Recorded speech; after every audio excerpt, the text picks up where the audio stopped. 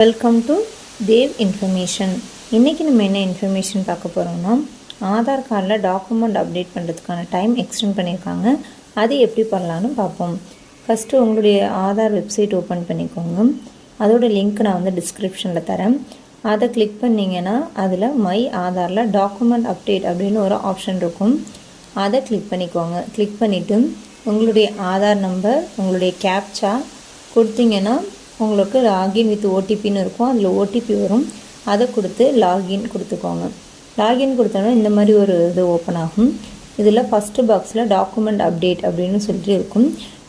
This service extend நமக்கு free of cost 14/6/2025 வரைக்கும் நீங்கள் ஃப்ரீ ஆஃப் காஸ்ட்டில் பண்ணிக்கலாம். இது ஓகே கொடுத்துட்டு நெக்ஸ்ட் கொடுங்க.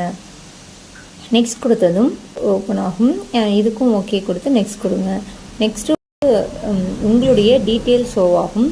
அதில் உங்களுடைய பேர், டேட் ஆஃப் பர்த், அட்ரஸ் எல்லாமே கரெக்டாக இருக்கான்னு பார்த்துக்கிட்டு ஐ எம் வெரிஃபை எல்லாமே கரெக்டு தான் அப்படின்னு சொல்லிட்டு ஐ எம் வெரிஃபை அப்படிங்கிற பட்டனை கிளிக் பண்ணி நெக்ஸ்ட் கொடுக்கணும். நெக்ஸ்ட் கொடுத்தோன்னே உங்களுக்கு ஏதாவது 2 ப்ரூஃப் அப்டேட் பண்ண சொல்லுவாங்க, அப்லோட் பண்ண சொல்லுவாங்க. ஒன்று உங்களுக்கு பேன் கார்டு அந்த மாதிரி இருக்கலாம், ஓட்டர் ஐடி இருக்கலாம். எதுவாக இருந்தாலும் உங்களுடைய ஃபோட்டோகிராஃபியோடு இருக்கிற மாதிரியான ப்ரூஃபை நீங்கள் அப்லோட் பண்ணுற மாதிரி இருக்கும். ஃபஸ்ட்டு என்னோடதுக்கு நான் பேன் கார்டும் ஓட்டர் ஐடியும் கொடுத்துக்கிறேன். ஸோ ஃபஸ்ட்டு காலமில் பேன் கார்டு செலக்ட் பண்ணிவிட்டு அதுக்கான டாக்குமெண்ட்டை சூஸ் பண்ணி அப்லோட் பண்ணிக்கிறேன். ரெண்டாவது ஓட்டர் ஐடியை செலக்ட் பண்ணி அதுக்கான டாக்குமெண்ட்டை நான் ஸ்கேன் பண்ணி அப்லோட் பண்ணிக்கிறேன். அப்லோட் பண்ணி முடித்ததும்